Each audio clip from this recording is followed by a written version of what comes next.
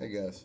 Still watching Michael Brooks and still following some of his stuff. I feel like a detective trying to go over his life and trying to like watch every speech he ever did and stuff like that.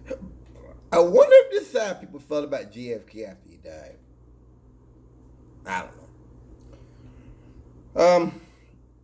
Michael Brooks was talking about John McCain. He had very similar. I never saw him when he was alive. Very similar opinion that I had on John McCain, which is that we should not have a nostalgia for his form of conservatism.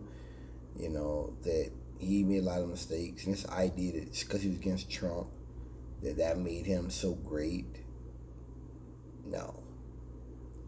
And Michael Brooks was showing a clip of Meghan McCain on The View where she was going off. I mean, she was going off, and she's like, every socialist has to pay all the taxes they're talking about.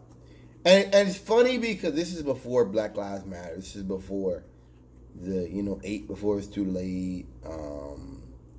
Eight it can't wait or whatever it's called. This is before they had, the protests and all that stuff.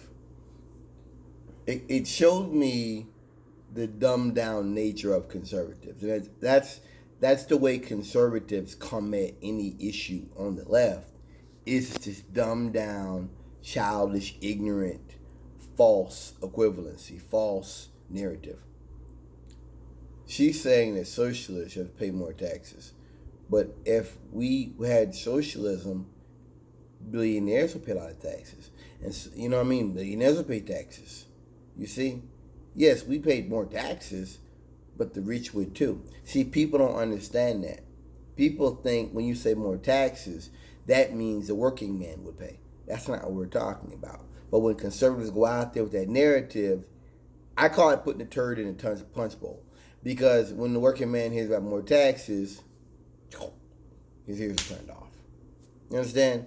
Same thing with defund the police. No one's talking about getting rid of police. No one's even a friend of mine. Even he's like, I don't understand. They don't get it because you have put the turd in the punch bowl.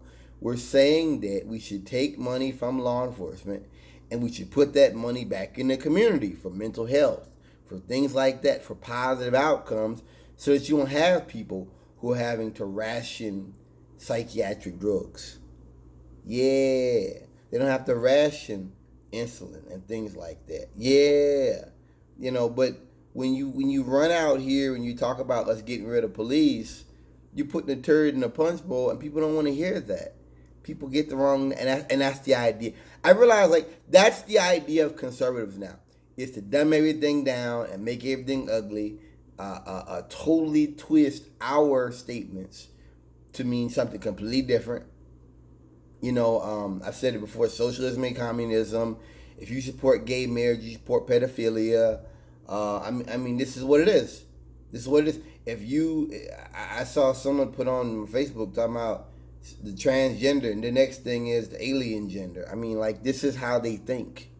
This is how they think. This is that alienated, irrational, ignorant.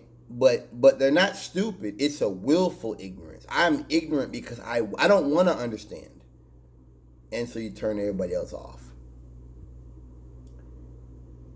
That's what Meghan McCain was doing. I mean, it's kind of like when they say the postal service, that we're supposed to, how can I say it? Basically saying the postal service is a socialist organization or something like that. That basically being a socialist means we'll support any big government. Well, that's ignorant. I mean that's completely ignorant and dumbed down and false. Well, yes, there are certain aspects about post service, other government agencies that we should replicate, we should go along with. But to say that to support any big government makes you a socialist and vice versa, that's just false. That's just ad hominem attacks. It's just dumb. That's all conservatives have now.